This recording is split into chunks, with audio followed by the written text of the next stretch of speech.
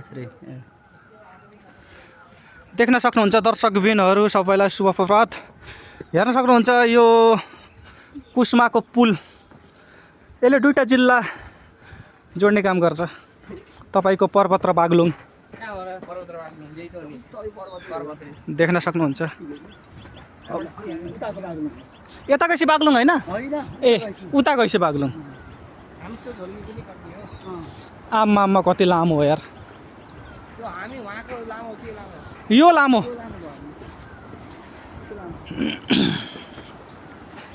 त्यसै झोलङ्गे पुलको जिल्ला भनेर बागलुङलाई नभनेको रहेछ। यहीँ छ झोलङ्गे पुल, त्यहीँ छ त्यहीँ छ। धेरै छ झोलङ्गे पुल।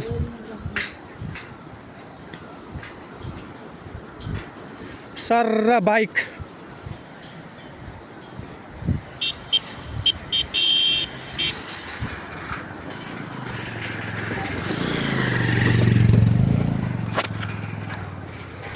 यहीँ छ झोलङ्गे पुल, त्यहीँ छ झोलङ्गे पुल, त्यहीँ छ। यहाँ 7वटा झोलङ्गे पुल छ है दर्शकबिनहरू, 7वटा।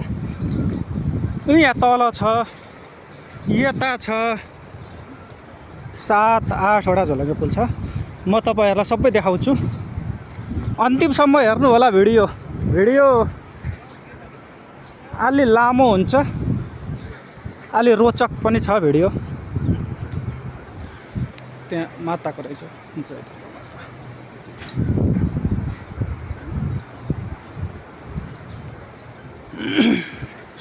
भिडियो अलि लामो हुन सक्छ दर्शकबिनहरू, अन्तिमसम्म हेर्नु होला। बागलुङलाई के को जिल्ला भनिन्छ भन्दा बागलुङलाई झोलङ्गे पुलको जिल्ला पनि भनेर चिनिन्छ।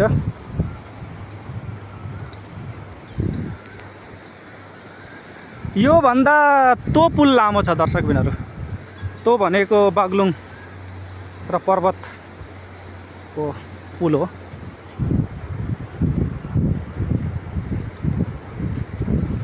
बन्जी गर्ने पनि यतै होला।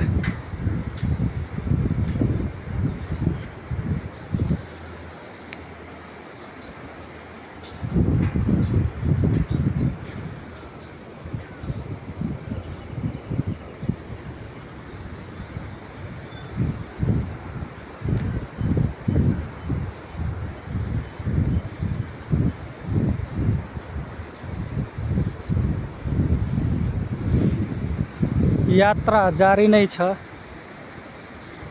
मौसम पनि आज खुलेको छ।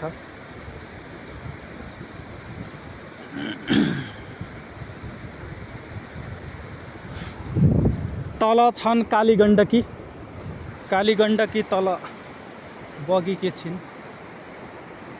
हो देख्न सक्नुहुन्छ वहाँ बागलुङको सँग। झोलङ्गे पुल भएन भने त धेरै टाइम लाग्छ, 4 घण्टा लाग्छ, तो पनि बसमा। झोलङ्गे पुलले सहज बनाइदिएको छ।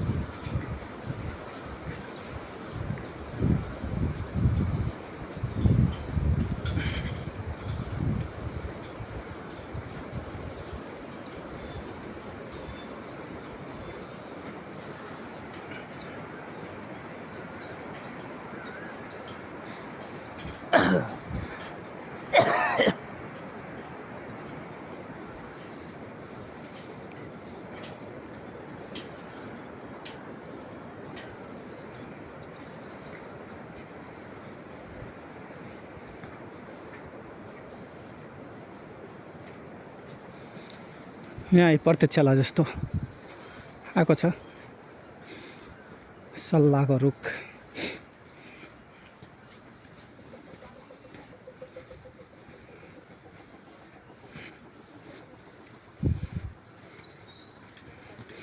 अब फेरि अर्को पुल तर्न पर्छ हामी।